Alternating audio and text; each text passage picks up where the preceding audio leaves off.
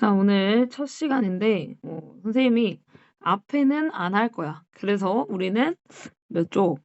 28쪽. 자, 교과서 28쪽부터 우리 나가도록 할게요. 자, 28쪽 제목을 보면요. 제목은 여기 선사 문화가 발달하다예요. 자, 선사라는 건 구석기와 신석기. 그러니까 이거는 이제 무슨 뜻이냐? 문자가 없다는 뜻이에요. 문자가 없을 때에 대해서 배워보도록 할 거고, 첫 번째는 구석기 시대부터 배워보도록 할게요. 자, 여기서 석자는 무슨 석자일까? 그래, 이 석자는 돌이라는 뜻이야. 그니까 돌을 사용하던 시대. 근데 앞에 구자가 붙었지. 자, 이거는 옛날이란 뜻이잖아. 그니까 돌을 사용하던 시대 중에서도 옛날인 시대다라고 했어. 자, 이때는 우리가 쌀이 없어. 그래서 사람들은 열매나 동물을 먹고 산단 말이야. 열매나 동물을 먹고 사니까 이거를 채집 또는 수렵이라고 한다. 자, 그러면은 동물을 잡으려면 어떻게 잡을까? 손으로 때려서 뭔가 도구를 써야 돼. 그때 바로 돌을 썼다라고 할 수가 있지. 근데 그 돌을 어떻게 만든 돌이냐?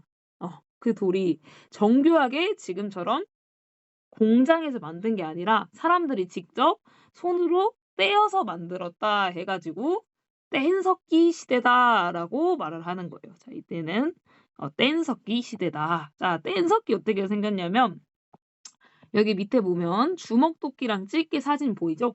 네, 정교하지 않고 진짜 돌을 떼어내서 만든 것 같지? 자, 이게 대표적인 뗀석기의 종류. 주먹도끼랑 집게가 있다라는 거 잘 봐두고. 자, 근데 이때 살던 애들이 매머드 이런 애들이야. 매머드. 매머드 엄청 크잖아. 코끼리보다 더 크단 말이에요. 그래서 이 사람들이 다치지 않으려고 무리를 지어서 단체 생활을 했다. 근데 우리가 이렇게 살다가 이 매머드 다 잡아먹고 풀뿌리도 깨먹고 열매도 다 먹으면은 어떻게 해야 되냐? 그렇지. 이동을 해야 된다. 그래서 이 사람들은 이동 생활을 한다라고 하고 이렇게 자주 이동을 하나 보면 집이 필요해 안 해? 그치. 계속 이사를 가니까 집이 필요가 없어요. 그래서 대충 동굴, 바위 그늘, 막 지은 집, 막집에서 살았다 이거지. 자, 그리고 이 사람들이 그러면 이 시대에는 먹을 게 제일 중요해. 그래서 사냥이 잘 되는 게 제일 중요해. 사냥이 잘 되는 거.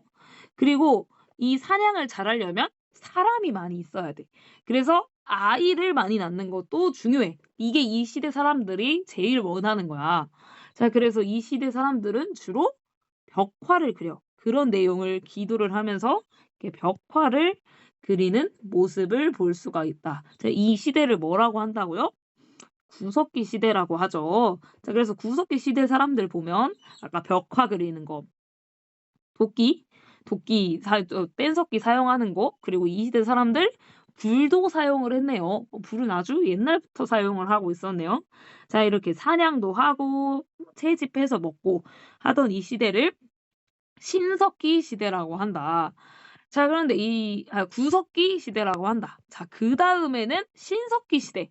그러니까 이 신자는 새롭다라는 뜻이겠지. 그러니까 새로운 돌을 쓰는 시대. 자, 이게 뭐냐면 갑자기 기후가 따뜻해져요.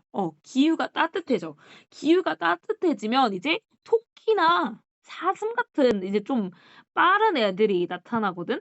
자, 아까는 매머드라고 했잖아요. 매머드는 크니까 움직임이 느리죠. 토끼는 작으니까 움직임이 빨라요. 자, 그러면은 이제 돌을 더 좋은 돌로 만들 필요가 있다 이거야. 그래서 아까는 대충 떼서 만든 뗀석기를 썼다면 이때는 돌을 좀 정교하게 다듬은 갈다해서 간석기라는 거를 쓰는 게 바로 신석기 시대라고 할 수 있죠. 간석기 어떻게 생겼냐면요. 자, 이렇게 생겼어요. 여기 돌 모습이라고 여기 보이죠? 이 돌 모습 보면 아까보다는 뭔가 정교하게 갈아져 있는 모습, 갈아져 있는 모습을 볼 수 있다. 자, 그리고 드디어 이때부터 농사를 짓기 시작해요.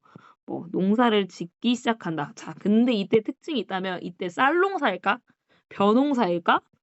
아니다. 벼는 아니고 아직 밭농사예요. 그러니까 이 밭농사라는 건 보리밥, 곡식밥, 조 이런 이런 종류를 이제 밭농사 이때 시작을 했다.